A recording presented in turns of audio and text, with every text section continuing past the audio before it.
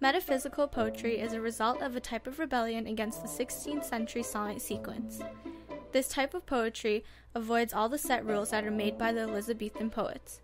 The writers who wrote these poems were seen as radicals because they didn't want to play by the rules, they wanted to make their own.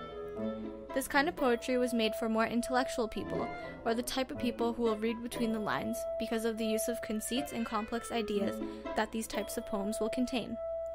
The language used in metaphysical poetry is simpler and easier to read compared to a sonnet. Also, it avoids a smooth flow, which makes every line unique. John Donne is seen as the father of this type of poetry. He's the person that you'll first think of when asked about metaphysical poetry. He is very good at using his metaphysical conceits. For example, in one of his poems, he compares a man's tears to a newly minted coin. One would think how these two elements are similar, but once you read the rest of the poem, you begin to think and make connections between the two, which is the purpose of these metaphysical poems, to make you think beyond what's written down. Metaphysical poetry comes from a group of 17th century poets called the Metaphysical Poets, as mentioned by an English poet and critic named Samuel Johnson. This group of poets all had a similar writing style, although they are said to have never met or were a formal group.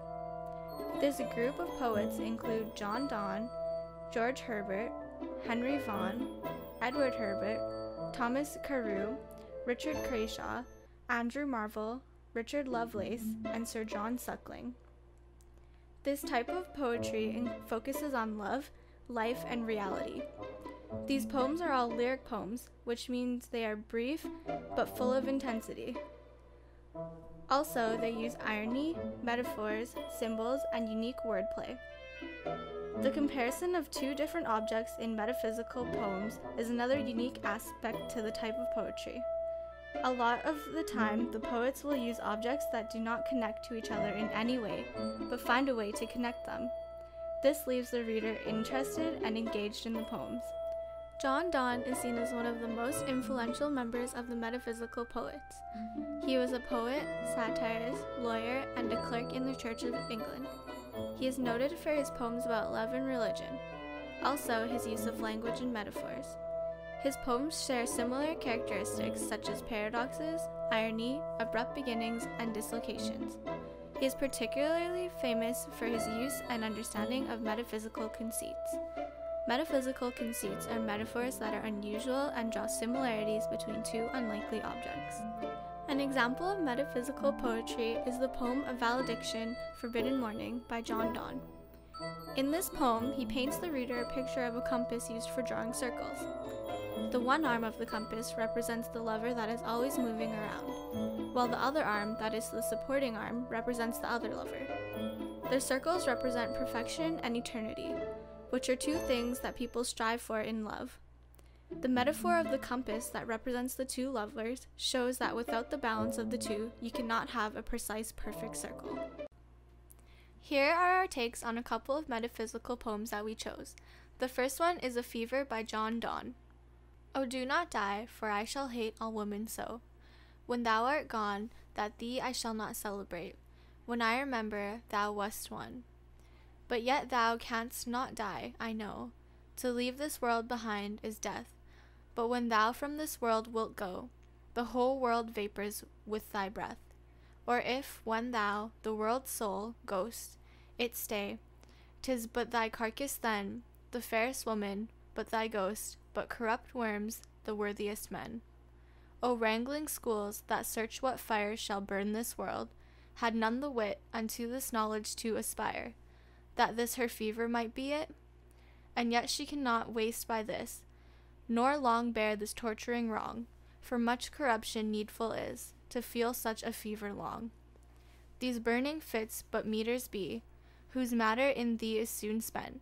Thy beauty and all parts which are thee are unchangeable firmament. Yet 'twas of my mind seizing thee, though it in thee cannot persever, for I had rather owner be of thee 1 hour than all else ever. And here's my analysis. Next up, we have The Flea by John Donne. Mark but this flea, and mark in this, how little that which thou deniest me is. It sucked me first, and now sucks thee, and in this flea our two bloods mingled be. Thou knowest that this cannot be said, a sin, nor shame, nor loss of maidenhead. Yet this enjoys before it woo, and pampered swells with one blood made of two. And this, alas, is more than we would do. Oh stay, 3 lives in one flea spare, where we almost, yea, more than married are. This flea is you and I, and this, our marriage bed, and marriage temple is. Thou parents grudge, and you were met, and cloistered in these living walls of jet. Thou use make you apt to kill me, let not to that self-murder added be, and sacrilege 3 sins in killing 3. Cruel and sudden hast thou sense, purpled thy nail in blood of innocence? Wherein could this flea guilty be, except in that drop which it sucked from thee? Yet thou triumph'st, and say'st that thou find'st not thyself, nor me the weaker now. 'Tis true, then learn how false fears be.